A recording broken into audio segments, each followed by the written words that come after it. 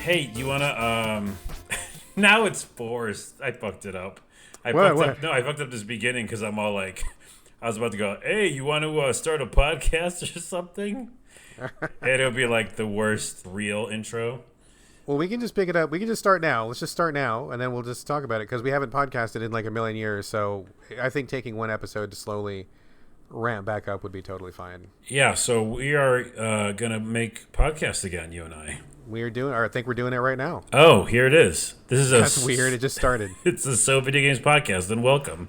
Welcome, folks. This is the unofficial 168th episode. This is where we usually do the intro and all the official stuff, but we have not recorded for a minute, and I've been away, and the city's under quarantine, and there's a pandemic happening, so things are a little bit loosey-goosey right now. So I think we're going to just start off by talking. What do you say, Carlos? Yeah, just about the world being upside down, kind of crazy, but also weirdly normal too. It's such a weird time to be in. You walk outside and you're like, well, yeah, I can go outside, but not really, and I have to be careful. So it's a messed up time. Thoughts to everybody out there dealing with it.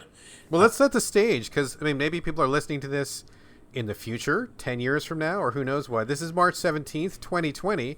And if you Google that date on in your Google calendar or your machine or whatever. No, it's just in their eye. They're just going to tap their forehead. Blink your eye twice and do your search. That's right, in the future. I forgot about that. Cybernetics, y'all. Yep. But right now, we are in the middle of the coronavirus, COVID-19 pandemic hitting the country. And we are in Washington, and Seattle is kind of like ground zero for this, unfortunately. How do we draw the short straw on that one? I don't know. I know New York's getting hit hard now too, but I don't want to. I know that I personally am like listening to a ton of podcasts to escape all of the craziness. Absolutely, but for our future listeners, just know that we're dealing with, and I'll say this out loud, even though I don't believe it to be real, a pandemic. And you don't believe it's real? What do you mean? No. I mean, like, it's just hard to say it out loud, and be like, oh, okay. I was like, oh my god, don't tell me you think this is a hoax, dude. No, dude, no. No, just we've got to admit it to ourselves and be like, we're dealing with something that's not going to be gone in like a couple of days, maybe months, or maybe even longer. We don't know. But can we just pause for a minute? It is March. It is March 2020, and this year is already fucking bananas off the rails, dude. I can't even believe it. I thought it was gonna be better than 2019, but it's like definitely worse. Oh my god. If I was a believer in the end times, I might think it was the end times. I'm not, though. I don't think it is the end times, but boy, I bet there's a bunch of really religious people somewhere who are like, here's the signs, it's happening. Oh, well, there's definitely videos that I can show you. Well, here's the thing, though, and then we can leave it, because I was trying to preface it that like I'm watching a lot of stuff, I'm listening to a lot of stuff, but the minute it just talks about virus stuff, I go fast forward. So you might have already fast forwarded past what we're talking about, but we're also real people, and this is really happening to us. But yeah, I think that it basically goes from day to day. Like one day, I'm very optimistic about it, and there's just low chances of people getting really, really sick, and who it affects, and people with pre-existing conditions and older people. But then next day, I'm like, well, even if it was just that, it's still changing our lives totally, messing with the economy, people, out of work. I'm very lucky to be working at home. A lot of people can't. So absolutely. A lot of people having some real tough times out there, for sure. Yeah. So it's just like, I want to be optimistic, but then I get sad for other people, but then also just, worried again. So it's just up and down time. So this is an up and down episode. One more thing before we leave this topic. Are you quarantined at home? Are you still going to work, or what are you doing? Because no. I am quarantined. My wife is working remotely. I am a stay-at-home dad, as people know who listen to the show. We went to the grocery store once because we had no food, and we walked around the block just to get a little fresh air. Other than that, we've basically been inside the house for like the last 3 or 4 days. What about you? Yeah, so last Friday, we all determined at work, or last Thursday, we all determined at work the writing was on the wall, so everybody go home and don't come back for a while. And so my buddy helped me bring my work computer home, and that's what I'm using here at my apartment. And then, we've been working from home since then, so that's what, 5 days or something. And then on top of that, I went out to the grocery store twice to kind of stock up. I basically do like a little hike and walk because I like getting out and getting the sun. So keeping my distance from people, but getting to the supermarket and getting some stuff and coming back. But then other than that, I don't leave. It's just for the food. Yeah. Same basic here, and I think pretty much everybody in town is kind of doing that same thing. So, on the upside of that, I don't know about you, but I have a backlog that'll last me to infinity and back. So I'm not going to run out of games anytime soon. Dude, we have games, we have shows. I have a library of books. Oh my god, I got books. I got board games I have bought and never even opened. I got so many shows. I keep them on what I call my retirement list, which I'm not really planning to even get to them until I retire, and I've got to start chipping some of those away now. I got so much stuff to do. I'm very grateful that I've got a house. I'm very grateful my wife still has a job. I'm very grateful I got food to eat. I know a lot of people are having a rough time, but we are very fortunate for what we have, and I guess, we're going to just hunker down, hopefully get through this. Hopefully somebody will come up with a vaccine pretty soon, and we'll see where we go. Yeah, I'm again on my optimistic days. I really think we're again for the future people watching or listening in the future. I think we're doing a very good job. Like, yeah, we were caught off guard, but every human being I know is okay. Well, there's definitely some young people who are doing some crazy stuff. People are doing stupid stuff. There's some stupid people out there. But there's just a ton of people, including like my whole town, because I can see my whole town. It's a small town. We're at literally ground zero. I'm in Kirkland. Yeah, so, you are ground zero, dude. Literal ground zero. And you know what's really... Okay, now we'll say one more thing about it. Okay, sure. The optimistic thing I was going to end with, which is... people are doing a fantastic job with washing hands, sanitizing, not going outside, like literally just shutting down every single thing. So for that point, I think that we're doing a really cool job to blunt the curve, is what they say. And I think that we'll have a lot less people getting sick or dying. So that's cool. But secondly, it's really disturbing because I work at home now, and right outside my window is the main street for Kirkland, okay? Mm-hmm. And every day for a while, until probably like 5 o'clock, I think they just stopped, a truck drives by spraying the ground. With what? That's not... I don't know, but it's obviously something to do with like a black government truck with no plates? No, it's just like a regular truck that's like, Workco or something. And it's just spraying and like scrubbing the ground. And that really just puts me with unease. Interesting. Yeah, what are they doing? I need to stop him and ask him. Okay, so that's weird. You're getting sprayed with some kind of weird testing chemical zombie apocalypse. No, it's probably just bleach. It's probably just bleach. They're probably bleaching the streets. Okay, let's pretend it's bleach. We'll see how that goes. And then oh man, now I'm more nervous. On the plus side, before we leave this topic, I do want to give a shout out to all of the people who are still working in the middle of this. Shout out to the people who are keeping groceries on the grocery store shelves. Shout out to the doctors and nurses who are literally working with this stuff every day and risking their own personal health. Shout out to all the people who are keeping the utilities going. Everybody who is keeping society running in the middle of all this stuff where we are not supposed to leave our houses and not supposed to see each other in person.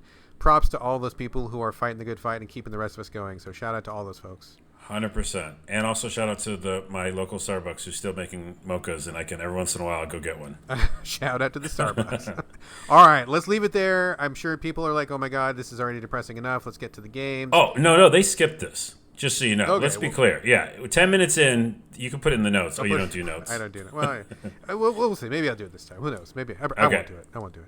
Okay. All right, folks. Welcome. If you missed the first 10 minutes of this episode, welcome. This is the 168th episode of the So Video Games podcast. It's March 17th, 2020. I am Brad Galloway. I'm here with Carlos Rodella. That's me. And we are about to talk about some games. It's kind of a weird show because I just got back from like this weird 10-day trip, and I'm really out of my element, kind of struggling to get back in the groove. We're also in the middle of like having our schedules upended, but that's not going to stop us. We are going to talk about some games like crazy. We're going to have a short show today because I think we each have some personal commitments outside of this, but you can look forward to us getting back on track very soon. Before we get into the actual games, Carlos, I actually have a number of things to talk about. Not necessarily housekeeping, more like odds and ends. Do you have any housekeeping or odds and ends by any chance? I have none. I have zero. Okay, let me just launch into these real quick. So I know there's probably a lot of people out there who are like us, kind of self-quarantined and are staying at home, got a lot of free time on your hands. There's a lot of stuff going out. A lot of developers are putting games out. A lot of services are making their stuff free.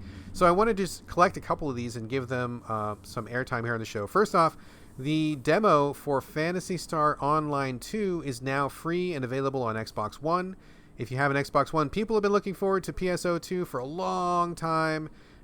I wasn't sure it was ever going to make it here, but it's finally out. I have not played it yet, but I did download it. I will play it later, like as soon as I get off the show. But that's available for you if you've got an Xbox One. Also, Ubisoft has made Assassin's Creed Odyssey free on any platform. So cool of them to do that. Absolutely, absolutely. Whatever platform you want to play it on, it's free there from March 19th through the 22nd. They're giving you like a little 3-day taste of that game if you want. You could play that game for literally 72 hours straight and get a real good experience out of that. There's also, I don't know if do you like horror, Carlos? Horror movies? Yes, certain horror, yeah. I like certain horror as well. I'm not all of it, but I like a lot of it. And Shudder, the horror dedicated, boutique channel, which you can, there's an app for it. You can get on your phone, get it on iTunes or Android, whatever. Shudder is making their channel free for a full 30 days. If you want to try Shudder, which I'm actually honestly like, no shit. I've been wanting to subscribe to this for a while, but I've got so many subscriptions. I just didn't want to have one more, so I keep putting it off. But I really wanted to try it because I do like watching a lot of horror, and my son likes it too. So if you put in the code SHUTIN, SHUTIN, with no spaces, you can get Shudder free for a full 30 days. That's awfully generous of those people. So there's that. Wait, to that real quick. I'm going to do it, so thanks you for telling me. That's really cool because I have also been on the fence with that for a while. And it reminds me of my friend's podcast, which I've never talked about in the show. It's called the Grave Plot Podcast. And I've been on it many times, and they're awesome, and they go through everything horror. So like any horror news, and then they do reviews of movies. It's so cool. What is the name of that podcast again? It's called the Grave Plot Podcast. All right, I'm going to try it. I got to write that down because that sounds like something that I would like to listen to. I've heard you mention it before. I can't believe. Yeah. And I just keep forgetting. I can't keep a thought in my head more than 2 seconds. If I don't write it down immediately, I've forgotten it, which is probably why I never do notes for the show. But it's fine. I feel like that I should have mentioned it a long time ago. And maybe I did, maybe I didn't. I don't know. But Grave Plot Podcast, and also, they would probably be really psyched about Shudder. So I'll tell them after this. So there is that. Once again, the code is SHUTIN. Get your 30 free days. Try that out. So those are the free things that I picked up on the way to record this show. Also, I want to give a quick shout out to listener Paul Smith, who wrote in with a very nice comment about The Last of Us. Had a question about that. So thank you for the email, Paul Smith, and thank you for listening. Also, we do have some questions from longtime listeners, Joshua Jackson and also Jeroen in Germany. They both wrote in with some questions for us. Unfortunately, we are still a little bit too scattered. I don't think we're going to get to those questions this week, but I have them written down. I think maybe we're going to do it next week. I don't think I've even told Carlos what the questions are yet because I do not have my shit together right now. But we have not forgotten. We will get to these questions in the future. So thank you both for listening. Thank you both for being super fans. Thank you for the questions, and we will get to those. You are not forgotten. So totally. And I would say that I have an idea that's brewing that I'll tell you at the end of this podcast. Okay. All right. About how we might do maybe some short episodes. Because we are shut in, and a lot of other people are, and so I was thinking about things that we could do that would be kind of like little chunks of content that people could digest, and maybe that some questions could be part of that. So I think that's a good idea. People are really needing something right now, and we are producing things, so that seems like a good fit. Cool. And before we leave the housekeeping, I just remember Universal Pictures is putting up 3 or 4 of their movies, digitally. This is basically something that's supposed to have happened a long time ago. I wanted this forever. Same. Which is major movie releases, just put your stuff on digital as well. We'll go both places. Right now we can only go one place, which is online. And so the movie The Hunt is supposed to be really weird and dark. And I was going to check that out. And now I can check it out on Universal Pictures for like $20. Do you know if they are they releasing The Invisible Man on that digital deal as well? Yep. I want to see that. And man, I mean, I know people might be like $20, what? But I mean, think about it. Like that's a movie that's supposed to be out in theaters right now. You're not driving, so you're saving gas. You're not parking anywhere, and in Seattle, you pay for parking everywhere. You're not having to pay for your popcorn. You're not having to buy like the inflated snack prices. You're not sitting with people who are coughing on you. You spend so much money. Yeah, You go to the movies, it's like $40, $50, $60 easy, especially if you got like a spouse or boyfriend, girlfriend, or kids or whatever. So $20, like you might think that seems steep, but when you compare it to actually going to the theater, that's actually a pretty good deal. No, it's done. Yeah, I'm gonna buy the Hunt, and you get Invisible. Absolutely. Okay, moving on. Let's do the podcast. All right, moving on. Here we are, done with Video housekeeping, games. done with odds and ends. Let's talk about some video games. Carlos, as usual, let's start you off with your random, cheap, and/or free indie game, probably on PC. What you got for us this week, sir? This is a little bit less cheap and not free, but it's also weird and has such a unique thing about it that basically this whole category is like unique as well as cheap or free. Because if we look at all the ones I've done, they're like, what, a guy's in a guitar case and he's like shooting? Like, what is that game? It's just weird games. So I should probably call it just weird games. But this game is $14.99. Okay, so that's my most expensive one you've ever featured. Yep. But it is such a unique thing. It's called The Longing. The Longing. Okay. Yes. Interesting. So you play as a little character who gets created by this massive kind of stone god. He's just kind of a king. He's called the king or something like that. He's just this massive guy who has got power supposedly, but he's got to go rest for a while to regain his power. And what he does is he spends his last bit of power on making you, which is like this little teeny, like dark character with the bright eyes. I can't really describe him, but he's just like this unusual little big-headed, small body guy, little creature. And he says, okay, now wake me up in 400 days. Oh, you know what? I think I've seen the trailer for this one now that you're describing it. Yes. Is this a 2D side-scrolling sort of a thing? Yeah, 2D, and he walks around these little catacombs and stuff. And so the king goes to sleep, and then you've got to walk around. You find your room right away. You have like a little room with a chair and some books and some drawings. And you can like draw pictures and read books and actually just read books. Some of the books in the library are like Moby Dick, like the whole book. Like, is the actual text there? You read the entire book? Yeah. So what this game is a Zen meditative game because you have to wait 400 days for him to wake up. Is this real time or what? Real time, motherfucker. Oh, gee. Like, so you're not going to wake him up until like literally like 2021? Yeah. Oh, fuck. Okay. How cool is that shit? It kind of reminds me of Seaman a little bit, where you were just checking back every day. Like, you're going to check back on this guy and read another page of the book, or what? Right. Well, what you do basically... Oh, here's a couple really cool mechanics. You can... So, whenever you do anything, though, everything's slow. Because, obviously, they know that you have a long time to go and search this whole castle. So, when you're drawing drawings, it's even super slow. You say, like, I want to draw this drawing. And he'll, like, slowly do it. And then you can put it up on the wall, wherever you want. And then when you read books, it's, you reading. But then when you're walking, it's, like, super slow walking. And you can, like, double-click anywhere for him to go there. And then you don't have to, like, keep controlling him, right? He'll just go to wherever you picked. Okay. And then every once in a while, he'll say things. He'll find pieces of chalk that he can use for his drawings. He might find, like, books or other different things. And along the way, you'll just randomly find these really cool rooms. Like, one room I walked by was, like, full of treasure behind this glass. And he was like, oh, that's really cool. Anyways. And then just kept walking. But, like, the catacombs never end, and it's just crazy. And the saving is that every once in a while you have, like, a little save window. You can pick places that you are at that point, and you save that place that you are. So then you can, like, go back to that place at a later time. So, like, literally, but walk back to that place. Not like save state, like, I'm there all of a sudden. It's like, I want to remember this really cool place with the treasure.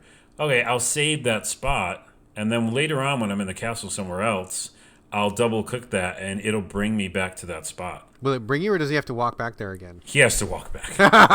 Oh, man. Yeah. These guys are not fucking around. They're not fucking around. And also, the music's beautiful. I mean, there's like 4 tracks, but I never got bored of them. And, of course, give me a year. I don't know. Yeah, come back in 400 days. We'll see how you feel about them, huh? But then secondly, there's a little button that says, go somewhere random. And that's really close to the game that I want to make, which I am making, actually, which we've talked about, which is a robot that randomly walks around places and finds things. It's the closest I've ever seen, because you hit the button, and then he just starts walking somewhere, like in the castle. And you just, like, can leave him and then come back and see where he arrived. Interesting. Interesting. So the game is just a meditative thing. It's relaxing. It's a little bit of a story. There's definitely things for him to find, but I just really recommend it. I mean, what game lets you do that? Like it's Sounds zen. super fascinating. Do you think it's possible that it could run on the Switch or no? I don't know. And by the way, when I said castle, it's actually just underground catacombs, like above, below the real thing. So it's so huge. I guess it could. Oh, by the way, I think it's always running too. Oh, really? Okay. They made it sound like when I closed it, it was like, okay, cool, but come back whenever you want because he's going to be walking around. Interesting. Yeah, Anyways. I'm glad you explained this one, and I'm really glad you selected this one because now that you're talking about it, I have seen the trailer, and looking at it, it looked interesting enough for me to want to learn more about it. But when I read about it, I just did not grasp what they were trying to say. But now that you're talking about it, I'm like, okay, I think I get it now. And it does seem really cool. It seems like something that I would love to have on the Switch where I would just check in for 5 minutes before I go to bed every night and kind of get through the 400 days that way. I don't know that I would necessarily go sit down in front of my PS4 and fire it up, but if it was really handy and convenient, I think I probably would. I wonder if they have any plans. I don't know anything about it, but just PC for now, right? PC for now. So yeah, check back, and it is that kind of thing where I just open it up for a little while, and then just kind of chill with him for a bit, and then I shut him off. Interesting. Okay, cool. The Longing on PC. What'd you get? Steam? Itch? Where'd you get it? Steam. Yeah, Steam. Okay, cool. We will check back in 400 days, and we will find out what happens nice. at the end. Well, it's less than that now. I've been playing it for 15 days, 20 days. So, Okay. All right. We will get back to this next year, and we'll see what happens. I'm going to make a note. Check back next year. There we go. Longing. Okay, moving on. So as I mentioned earlier in the podcast, I don't travel a lot, but I had a lot of business trips I needed to go to this year, and they were unavoidable. A lot of them were planned way long time before the virus happened, so I was thinking, travel sucks, but I'll just get through it, no big deal. And then the virus hit, and I'm like, oh shit, I really don't want to travel, but I had to go. There was no way I could back out. It would have fucked a lot of people over if I didn't go. It would have been a giant mess. So we washed our hands like crazy. We held our breath. We tried to stay away from people as best we could. And I think we made it back, knock on wood, virus free. But as I was out and about and traveling for the last couple of days, I went up to New York. I went down to Alabama, and now I'm back. And I took my Switch with me. And so that's really all I've been playing for the last 10 days. So that's what I'm going to talk about today. I went through so many Switch games. I grabbed a bunch of stuff on sale. I had some stuff that I bought from before, and I wasn't really committed to anything. I just wanted to do a little taste test and see what was going to strike me, if anything. So the first couple I'm going to talk about here are just really random ones, and I got to be honest, folks, a lot of these that I tried I ended up really not liking, so that's fine. I got them all on sale. It's no huge loss, but the first one I tried was Mower 3D. It's great title. It is literally what you think it is. You play a little person with a lawnmower, and you are on a big ball of hair floating in space, and all you do is you mow that hair down, and when all the hair is gone, it makes a face or a shape or an animal or a thing. I saw the trailer. I thought it looked really zen and cool and interesting, so I wanted to try it, and it is what it promises, but I kind of thought there'd be you do a couple levels and then there's a twist, or maybe there's something interesting happens, or maybe there's a neat story or something, and it's just pretty much just mowing hair. Yeah. I mean, I think I bought it for $2 or something, so I'm not mad, but I feel like they could have done a lot with that premise, and it's so neat and interesting and funny. I was really disappointed that it didn't really go more places, so moved on from that one pretty quick. The next one was Vertical Drop Heroes HD, which is supposed to be kind of a roguelike where you get into, a tunnel or something. It's like a 2D pixel-based indie. You start at the top, drop down, and when you get to the bottom of a pit, there's a boss. You beat that boss, drop down to another pit, and you can never go back up. You can only go down, and so I guess that's supposed to be some of the strategy, where do you want to drop, what's below you? Is there a treasure to the left? Is there a monster to the right? Who knows? And so you kind of just do that. I kind of like the idea, and I like my roguelikes, so I gave this one a shot. Bounced off this one pretty quick. The graphics are atrocious. They do not explain the systems really well. And they're like Scribblenauts. They're like Scribblenaut graphics. Yeah, it's cartoony. Kind of paper cutout-y sort of animation sort of thing. None of it felt polished. None of it really made a lot of sense. It did not feel good to play. So I like the concept, but I bounced off that one pretty quick. After that, I played Iron Crypticle, Crypticle. I heard some people in my indie scene kind of talking about this one like it was something to pay attention to. So I bookmarked it and I grabbed it when it was on sale. I think I ended up buying for like $1 or $2, so nothing too crazy. It is a top-down, kind of reminds me of like Smash TV or Robotron 2084, kind of a twin-stick shooter. I'm trying to think, like, what's a more recent example of that kind of genre, Carlos? Do you know? Oh, remember Geometry Wars? Geometry Wars, yeah. Slower than Geometry Wars, but basically the same idea. You play a little knight. You can have up to 3 friends with you, so I think it's really just supposed to be kind of a multiplayer thing. I played solo. It was really dull. Like, you just go in these little dungeons. Stuff shows up, you shoot it, but it doesn't really matter. The power-up's really boring. Nothing really seemed to happen. I beat the first level, and I forgot that I had even played it. It was just really dull. Louise. Yeah, it was pretty bad. So that's the roughest. I forgot I played it. It was in my hands, and I was looking at the screen, and I forgot that I was playing it. So that's how bad it was. But that's about it. So this is the first batch. I will come to another batch after this. But those 3 were not great. But you lined them up and you shot them down. Yeah, I mean, just imagine me being like in an airport, like in Alabama somewhere, and being like, no, not this. Try this one. No, not this. Yeah. So there we go. Oh, I do that same type of thing right before bed. So I bring out my Switch and I, just go into the recent release section and go, okay, how about this? And then I go, ooh, no, maybe not. Yeah. But to our credit, we do get codes in this show, but we spend a lot of money of our own. And I definitely don't mind it, especially because I'm supporting indie developers. Yeah. But even if I don't like a game, I've definitely bought a ton of them. So they're dude. still getting our money, So. Yeah, absolutely. And I was just going to say, before people start thinking too poorly of me, I know that I do often skew negative on the show because I'm not afraid to call out a flawed game when I see it. But I'm buying a lot of these with my own money. And I take a risk on some of these, man. Like I'm hoping, given the benefit of the doubt, kicking a couple bucks to an indie developer, really hoping for the best that things are going to work out. So it's not like I go into these wanting them to be bad. I genuinely hope that they're going to be fun. It just doesn't always pan out. So it's not like I'm looking for targets. I just, didn't work out this time. No, but you just line all those guys up and shoot them down. We're going to do that one more time. So hold tight. I'll say some positives real quick. And Let's then get you some go. positives. So you're talking about Ruiner, which I have played on, I want to say PS4.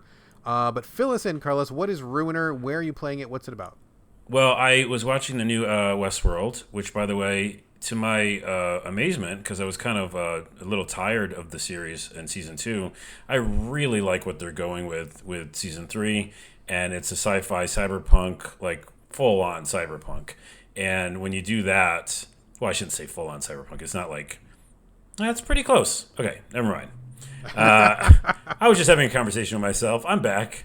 Yes, it's very good, and it reminded me of Ruiner because I was like, what cyberpunk games do I have on my PS4? Well, I have that game, and I remember loving it when I started it, but I was wondering why I stopped it.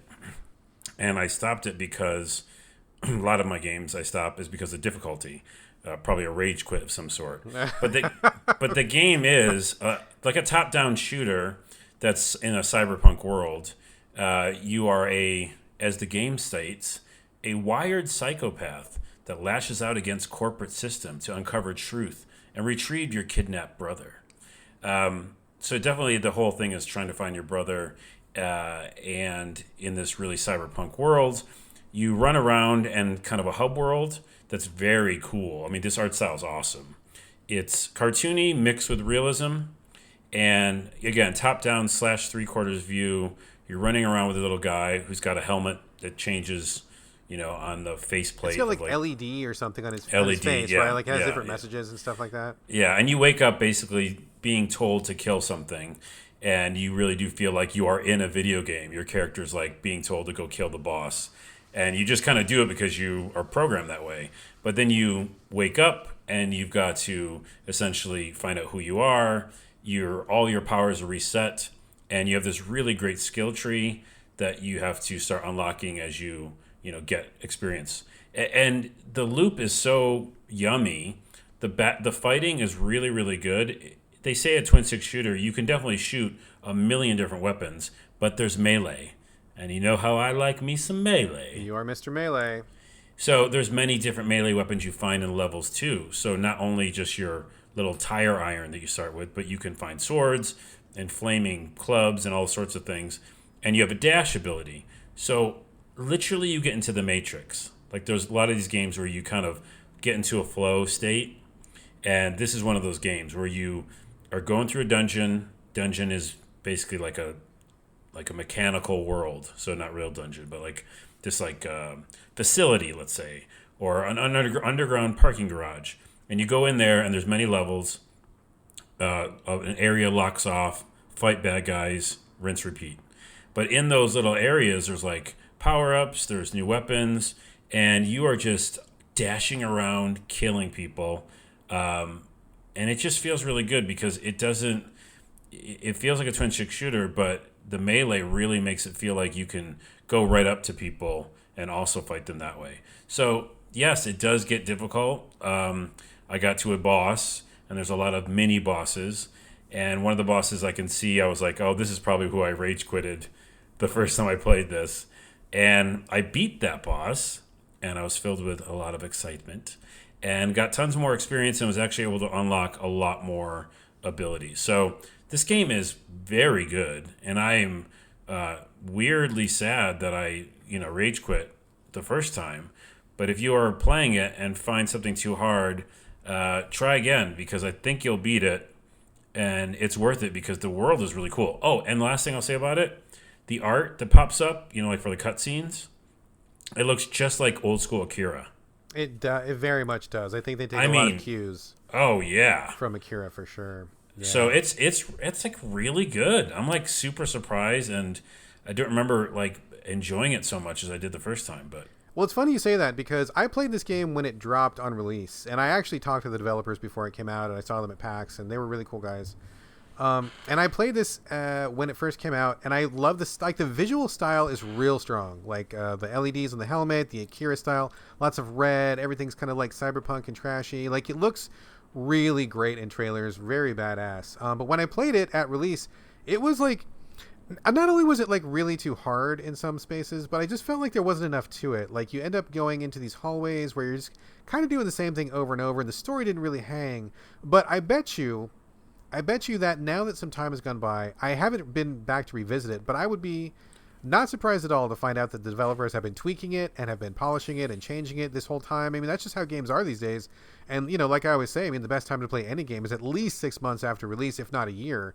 And I think it's been more than that for this game. So I would not be at all surprised to find out that this game feels significantly different than when I played it at release. Because I did finish it, but I did not have a very good time with it. I liked it.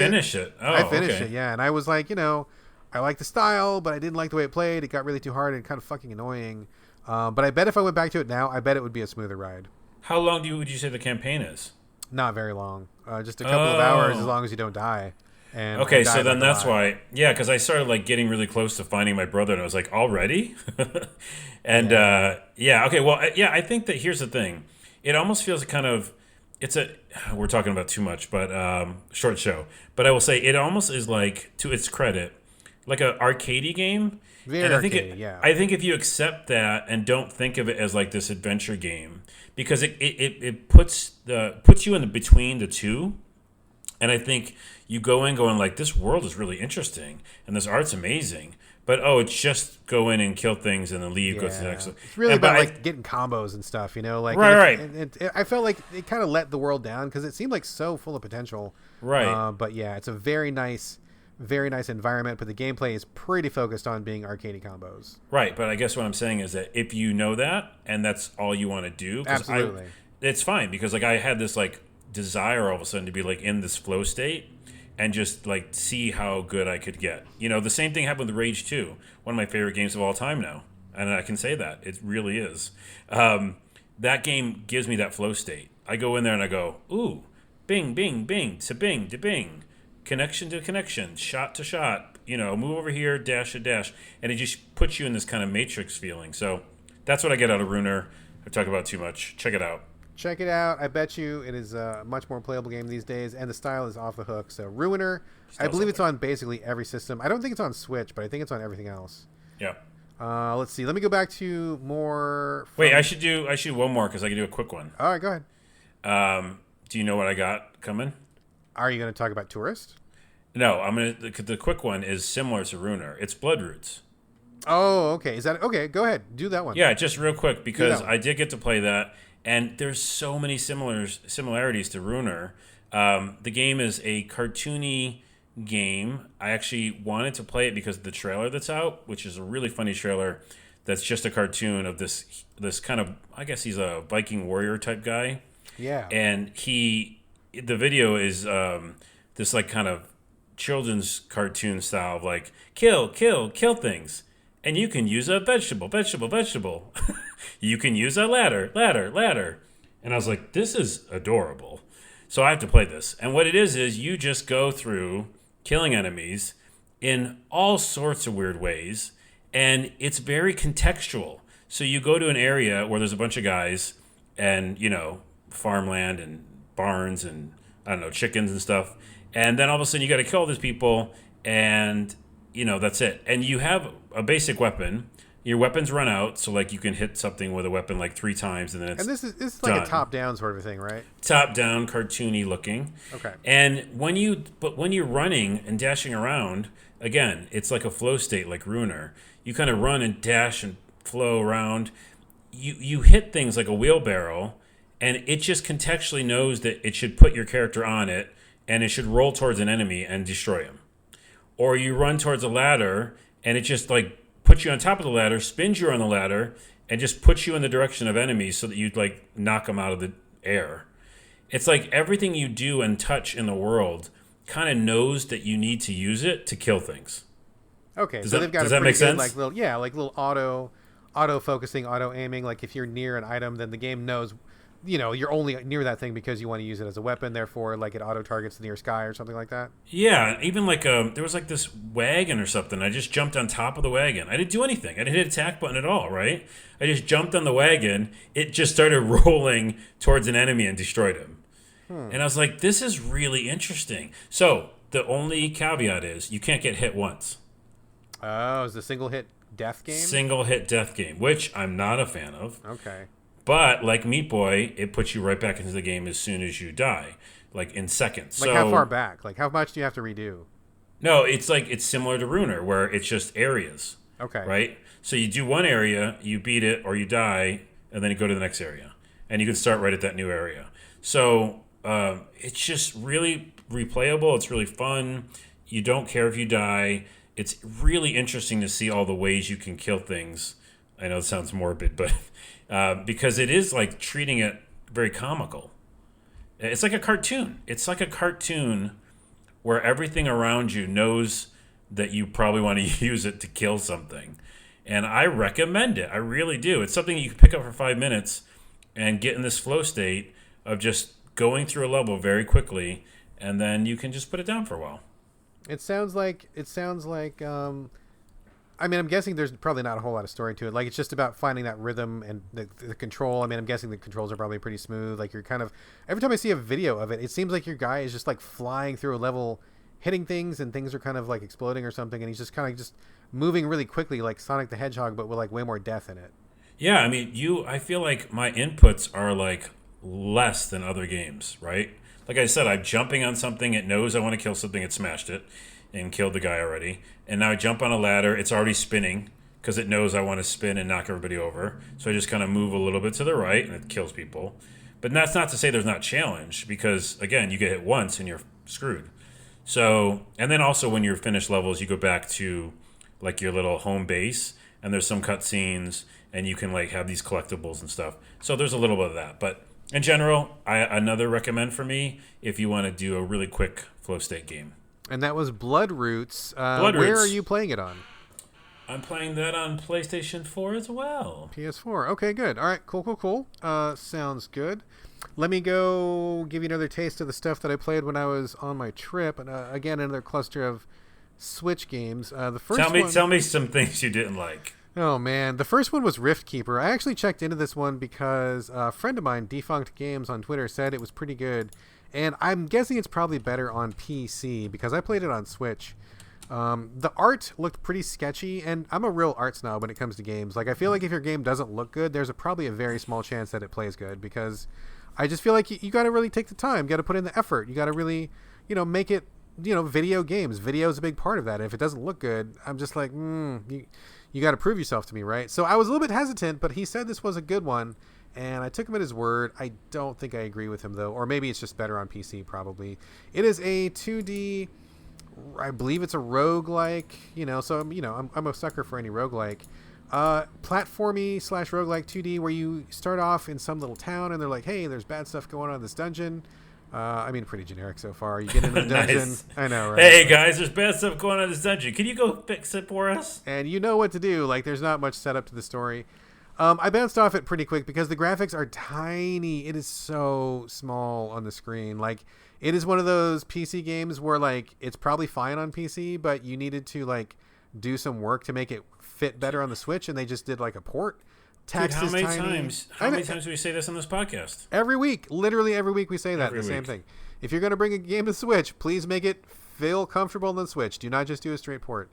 Hard to read the text, hard to see the characters. It's really dark. And the combat just felt janky as fuck. Like, I could not get a grip with the combat. Enemies just rush you, and I felt like there was no way to, like, really get away from them. There's a dodge roll, but I felt like it didn't work very well. And the combat, just the hitboxes are really hard to read, and I was dying a million times. It's just, like, zero fun and zero desire to see more of it. So I bounced off of Rift Keeper pretty quickly. I do not recommend that one. Next is Ego Protocol. I want to say it's Ego Protocol HD. This is a puzzle game. Really interesting, and that's what caught my attention. Like, imagine your screen. It's a 2D screen, and it's divided up into, like, sections, like a checkerboard, but not as many squares. Like, maybe, like, I don't know, like 4 squares across and 4 squares down. And it's like you're looking at a maze, 2D maze, and you play as a robot who starts at one end of the maze, and you have to move those squares around to make a path appear for the robot. So you can rotate entire rows up and down or left and right to make sure that, like, maybe there's a robot and he hits the dead end. But if you flip the third column over, it'll put a hallway there, and then he can keep going. And then if you get him in the hallway and then you flip the second horizontal column or row, then it'll provide a path to the end. Like, it's hard to describe, but you're basically moving squares around to create a path for this robot on a 2D plane. So that was interesting to me because I like little bite-sized experiences. I kind of like puzzle games when they're done well, and I like robots, so it seemed like maybe this was my thing. But the controls are really fucking hard to get a grip on. Some of them are contextual, some of them are not. The buttons are all in really weird places, and I just have to take a moment. I've said this before, I'm going to say it again. If you are a developer, please do me a favor and do yourself a favor, and let us remap the buttons, especially if you're only using a couple buttons. Like, if you're using... I think there's no excuse. I think you should do this for every game. But if you're using literally every control on the pad, plus you're doubling up, okay, maybe don't do that, or maybe just, have some presets or something. But if you're using 1 or 2 buttons, or even 4 or 5 buttons, let me fucking remap these buttons, because you think you know better. I guarantee you don't. You don't know what I want. You don't. And if you think you do, you're wrong. It's a Videogames staple. Make your text bigger and let us remap the buttons. God damn it. We shouldn't have to keep saying this every week, and we say it every goddamn fucking week. Shit. It's simple. It is simple. And, like, the jump button was on a weird fucked up button, and, like, I couldn't remap any of the controls, and I'm like, I can't hang with this. I can't deal. I think I need to make a sound effect when you start getting, like, really mad that, like, goes off in the podcast. It's like some sort of, like, Brad alarm or something. Yeah. I felt it right then. I'm just like, dude, like, I'm so frustrated with developers, especially indie developers, where their game is real simple, or at least the controls are simple. They use like 3 buttons, 4 buttons, and they don't let you remap it. And I'm like, oh, you're fucking crazy, dude. Like, and they always want to have like, jump is ZR. Of course, where else would it be? Oh, and of course. Shoot is like the select button. And, it's like, fuck off, dude. Shoot's never been the select button. Oh Let's be honest. I know, right? I'm just like, why would you put it there? Why would you do that? The take picture button on your Nintendo Switch? That's shoot. Yeah, no shit, dude. That's it. I'm just like, button. Oh my god! Like, every time I shot, I'm uploading a fucking picture to Twitter. Like, anyway, they did that by design. Oh my god! I just like, it's really frustrating. Really frustrating. Okay, when it happens. You didn't like it. Didn't care for it. Nice idea, but I just found it very clunky and awkward to play. I couldn't get into it, and I bounced because I didn't need the aggravation. The last game I'm going to talk about in this cluster was actually not too bad, but just not my jam. It's called Mousecraft. It's been around for a while. I think it's been on PC for a long time. I'm pretty sure it's on PS4. It's probably on Xbox One. You play this scientist in a lab. He's doing experiments with mice, and he wants to get them through these little 2D mazes, and basically what this is a combination of, it's Lemmings plus Tetris. So I'm pretty sure everybody knows what Tetris is. Lemmings, maybe not so much. I mean, it was pretty big back in the day, but I'm sure there's a lot of people who have not played it. Basically, with Lemmings, you have these little animals, these lemmings, although they don't look like lemmings, they look like little people, and they walk from one end of a screen to another, and they're gonna just die unless you like make sure they get there. So you need to like put things in their path to make sure they stay safe. Like if they fall, you give them a little parachute, or if there's a fire, you build a bridge over it, or something like that. So the mice in Mousecraft are kind of like the lemmings. They walk forward, they just do whatever's in front of them, and you have to use Tetris blocks to build a path for them to go. Like they will leap up one square, they'll jump down a couple squares without getting hit. There's little, features in each puzzle that you have to activate or maybe avoid in order to get the mouse from point A to point B. I mean, it's cute. The graphics are really cute. If you like puzzle games, I think this is, not a bad one, but it just didn't click with me. Like, I just did not find the fun. And I don't say that as a criticism. I think it's more about me than about Mousecraft. I think that if you like the Lemmings games, or if you want something that is kind of like this, like small bite-sized levels, little stars involved, something to do a little bit at a time, maybe settle in with it when you're on your couch at home. I don't think it's a bad game. I just didn't personally like it, but that's not really a criticism. It's just a taste thing. So and this is a port to Switch because this came out a while ago. Yeah, a while ago. It's been around for a while, but it looks great on the Switch. Good job on the graphics. Looks very sharp. You would never tell it was not made for the Switch. And I think it's a good fit for the screen. So, I didn't personally like it that much, but that's not necessarily to say don't check it out. If you like puzzle games, if you like Lemmings, if you like the idea of using Tetris blocks to save little mice from getting killed, check it out. And I think that you may find some value in Mousecraft. So, not a win for me, but not a bad game. I think it seems kid friendly. Oh, very much so. Yeah. I mean, it might be a little hard for kids, but I think kids would like it. It's very, very appealing. Yeah. I got one more game, but Carlos, let's bounce back to you for a second. Let's talk about Touryst, Touryst. Now, a friend of mine, Scott Fry, who is a PR person that I've known for a million years, he really likes this game a lot. That's how I found out about this game. So I believe I bought it, but I don't think I've even played it yet. Did you buy it? Is there a demo? Where are you playing this? What is Touryst all about? Yeah, I think it's only on the Switch. Is that right? I have no idea. No clue. I did no research. I didn't research either. I'm not going to do it here on the show because that would be against our code. Our code is don't do research. The Touryst, I'm playing on the Switch. I bought it. I've been putting it. It's on my wish list forever. It looks so beautiful. I knew that I'd like it, and I'll tell you about it right now. Yeah, I bought it on the Switch. It's my right before bed game until Animal Crossing comes out. Then that will be my before bed game. But it is kind of a cross of Zelda and Earthbound and a voxel style. So like really super obvious big pixels. I think they call it voxels, right? Like, are you talking Minecraft sort of thing? Yeah, but like smaller blocks. Okay, yeah, I gotcha. I guess I don't know what to call that. I think voxels. I think that's voxels. But the little guy like that, and all the world is made like that, and it's also fucking beautiful. I remember watching a video saying that this company, Shinen Multimedia, they work on a ton of games, and a lot of their games, they make sure to lock it at like 60 frames per second, like no matter what, and they do. It's like anything you do in that game is just smooth as shit, and all the lighting is really incredible. They do like volumetric lighting, and it almost looks like ray tracing at times. It's like really incredible lighting, and all in a simple, really simple looking character and world. And what it is, you go to different islands as a little guy, and you are just doing stuff on the islands that are like kind of puzzles or challenges, but they're all kind of contextual to where you are. So the first island, you're just running around, going into like houses, finding coins, and then you find like a dungeon-y kind of area that has a puzzle to get into it. Once you get in the puzzle or in the dungeon, there's kind of a Zelda thing that happens where there's a boss kind of character, and you've got to do like a puzzle element to beat this boss. Then you get some more coins and can buy something at the store.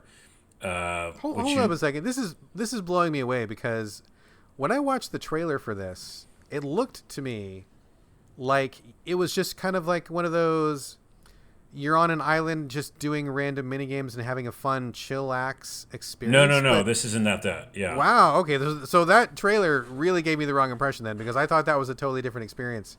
Well, you're not fighting things. Don't get me wrong. When I said Zelda, it's not like you're going in and killing things.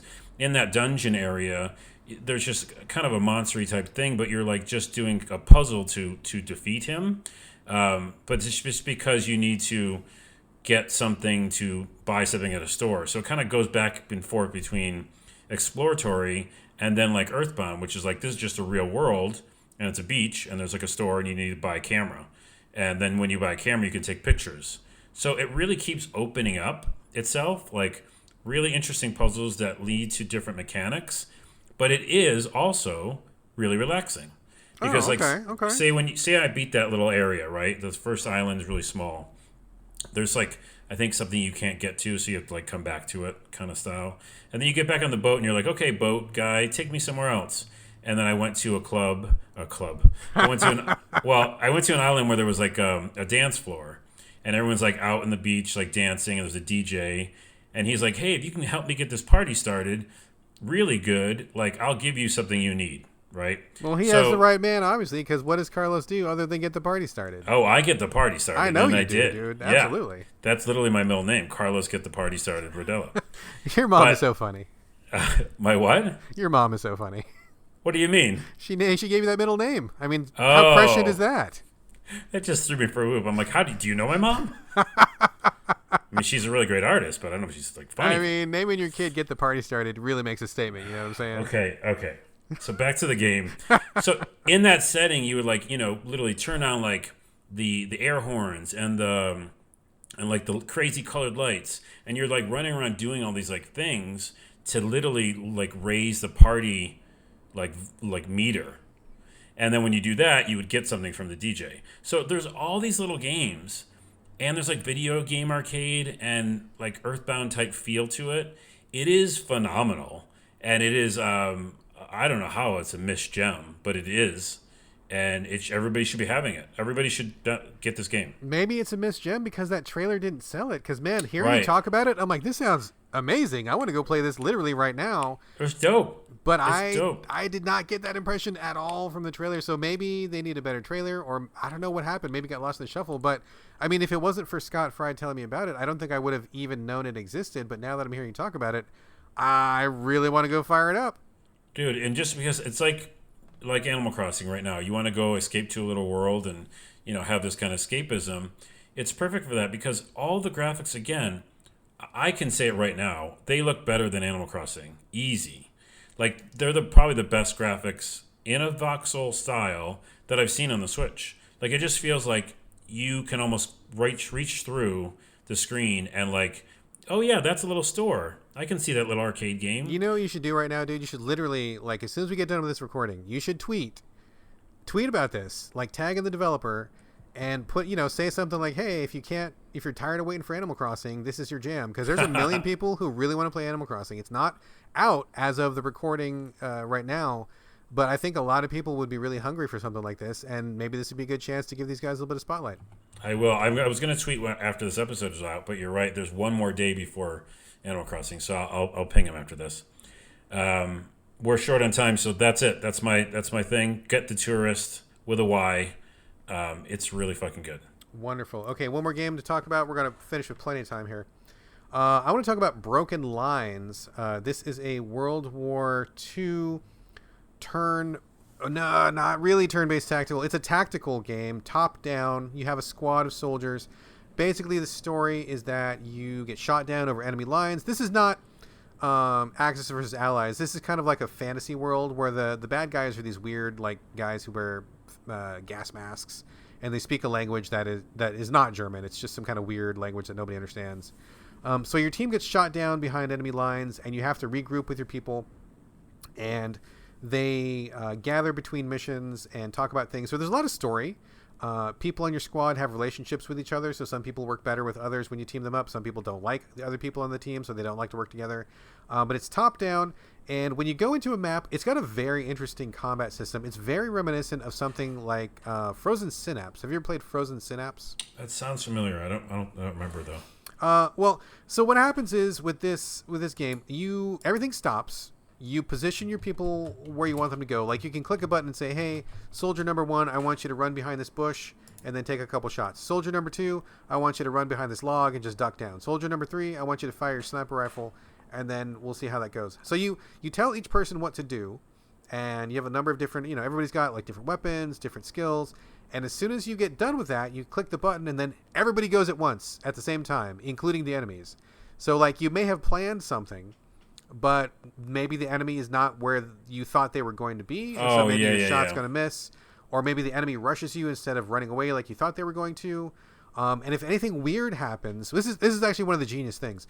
If anything really weird happens, like if you come across an enemy that you didn't know was there, like you get surprised, or if something strange happens, it stops again, and it gives you a chance to give them different orders. So you're not just sending your guys to die every time, because a lot of games have tried this system where you plan what you want to do, enemy plans what they want to do, and then everybody goes at once. And a lot of times the AI has a real advantage because they know what you're doing. It's the AI. And sometimes it's just really hard to predict where they're going to go. I find that those systems don't often work that well. But in this particular game, I think the difficulty levels are pretty good. You can adjust a lot of features where you can say, I don't want the enemies to ever do any special moves, or I want to be able to revive my guys. You can also have it be permadeath if you want to. But you can tweak it to find a good comfort zone for yourself. And I think that the combat, once you get into it, is really pretty good. Very interesting. And I like the feeling how they've done it this time of like everybody going at once. I don't usually like it, but I do like it here. Wait, I have a question. So after they go all at once, can you pause it ever? Or is it just when like it decides that it wants to stop the game? I think it goes... I may be incorrect. I think it goes in 6-second chunks. So, like, you can plan out the next 6 seconds of action. Oh, okay. And then once that 6 seconds stops, the whole game stops, including the bad guys, and you just get to, like, figure out what you want to do again. Okay. So you're just planning, like, 6 seconds at a time. Maybe 7 seconds, 8, whatever. But it's basically just a very short, couple seconds of a battle. So if you were to play the whole battle out in real time, it would be, like, 1 minute or something. But by breaking it up into 6-second chunks and taking your time to plan, it could be... take a lot longer than that because you're strategizing with like 4 characters at a time and moving them around. So it's pretty strategic. I really like the strategy. What it reminds me of is Super Hot, in the fact that you're planning stuff, and also Transistor. Remember Transistor? Yeah. Where you kind of like pick your path and then you let it see what happens. Yeah, I think those are pretty good call-outs. I think there are definitely similarities to both of those things. So not exactly the same, but if you like that kind of like planning ahead, stopping time, looking at things, and then things pick up and everything goes at once. I think there's definitely some shared vibe going on there. So I like the writing too also. I wasn't sure about the art. I think the art is maybe a touch too cartoony for my taste, but it's not bad, and it's kind of growing on me. And everybody in your party has a real personality. Like one guy's like the scared guy. The sniper lady doesn't like to have friends. One guy's a real like bro dude, and they're archetypes, but you can tell pretty quickly who they are, and you can figure them out, give them all different roles, and I think it works really well. There's definitely enough story to keep things moving along, and I think it's just a pretty good strategy game. Now the one caveat that I would say is that I'm playing it on the Switch, and the only choices were Switch or PC, so I don't play anything on the PC, so I chose Switch. I gotta just be real honest here. I feel like the graphics are a little bit muddy on the Switch. I feel like it could use a couple more horses under the hood. It's not terrible. Like it's totally playable. I'm still playing it. I'm still having a fun time with it. I like it, but I feel like it would benefit from being like on a bigger TV and having a little bit more power. I know that Dan Weissenberger at Game Critics is playing it on PC, and I've seen some screenshots, and it looks a lot better on PC. I mean, understandably, that's no surprise to anyone. But if there's no other way for you to play it on Switch, because I think it's worth playing, and I really like it. I have not finished it, so I can't say if it stays good all the way through, but the parts that I've played have been so far really excellent. But I am a little bit dissatisfied with the muddiness of the graphics, and I wish that it just had a little bit sharper look to it. So I find But you like it. Yeah, I still like it. I just, I wish it looked a little bit better than it does, but I do like it. But if you have a choice, I would say maybe go for PC instead of Switch. Okay, yeah. I was going to be like, all of them were lining them up and striking them down, but you like that one. No, I do like Broken Lines quite a bit. And it's been a while since I've played a really interesting strategy squad-based game like this. I'm trying to think of the last one I played. Maybe, oh, God, what was it? Blade of the Shogun? That's not right. Blade of the Shogun? That's not right. Yeah, I haven't played one like this. Like, I mean, you just talking about it actually gets me excited for that style, because I feel like I haven't played a lot of those types of games recently, so I think you might actually like this one, dude. If you want a good tactics one, there are enough toggles to make it approachable for anybody, And you can make it real easy if you want it to be, or you can also ramp up the challenge if you want. But I think it's interesting enough between the story and how the action plays out each level that I think you might actually enjoy this one. And I would definitely recommend it to other people who like tactics games, especially if you like Frozen Synapse. It is very similar to Frozen Synapse, which I thought was great, just really too hard. So this is like a better version of that same system because it's actually a lot easier, which I think in this case is fine. So cool. Yeah, Broken I'll check it Lines, out. Yeah, Broken Lines on PC and Switch. I give that a thumbs up so far. I haven't finished, but a thumbs up. So just one little thing left to do before we wrap up the show. We generally bring you the segment where Carlos discusses what's coming up for him on the horizon. It's Carlos's Eye on Gamefield. Oh, that was Mario. I didn't mean to do that. Oh, okay. I was going to say you changed up your tune this week. I know. Supposed to be like that. Okay. Anywho, obviously on my Ion Games field is Animal Crossing and Doom, which drop in a day and a half. You and everybody else on Earth. Yes. And again, both very timely for us to be able to have an escape. Also, you can have escape with the Touryst and to kill a bunch of bad monsters in Doom. Little caveat with Doom, I watched a whole great video on that series and the creative director telling his team when they were making that game to watch Evil Dead 2, which I think is really cool. Evil Dead 2 is one of my favorite movies of all time. I love Evil Dead 2. Ridiculously funny horror. So good. And ridiculously gross, but the gross is okay because you know it's stupid. And if you know the whole story, he was making fun of his first movie, which is essentially the same movie, but with no budget. So he made fun of the fact that he had no budget. That's a little funny side story. Anyways, the creative director was talking about like basing all the ridiculousness and the horror and the gross killing in Doom based on that. So if you look at the way you kill things in that game, it's actually ridiculous. Like there's humor to each part of it if you actually look at the meaning of it. So I won't go into it now, but that makes me like more accepting of how ridiculously gross it is because I generally don't like fighting or playing games that are like just gross for gross sake. You know my stance on Mortal Kombat. Yeah, you're not a big gore guy. But this one I'm excited because of that. Like, you know what I mean? It makes it more palatable for me. That makes sense. All right. Two things I'm actually looking at though right now that I'm excited about, which is not what everybody in the world is talking about, is this Strange Realm of Mine, which is a first-person shooter mixed with poetry and psychological horror. What? This yes. Realm of Mine. I've never even heard of this one. If it's weird, I've found it. This Strange Realm of Mine. It's on the Switch, and it's out now. Really? Okay, interesting. Yeah. I gotta go hit the eShop as soon as this is over. I gave you a little bonus, a little present. And you gave me that present. You gave me the tactical present. I already forgot Broken the name. Lines. Broken Lines. And I gave you that present. This Strange Realm of Mine, I'm very excited. It's downloading. I'm going to check that out because it just... Watch the trailer and you'll be like, what is this game? And that's always the game I pick up. And also I was sent a potential code for Succubus, which is a... man. I just watched the trailer for that last night. What does "oh man" mean? Usually it means like it's a hot piece of garbage. No.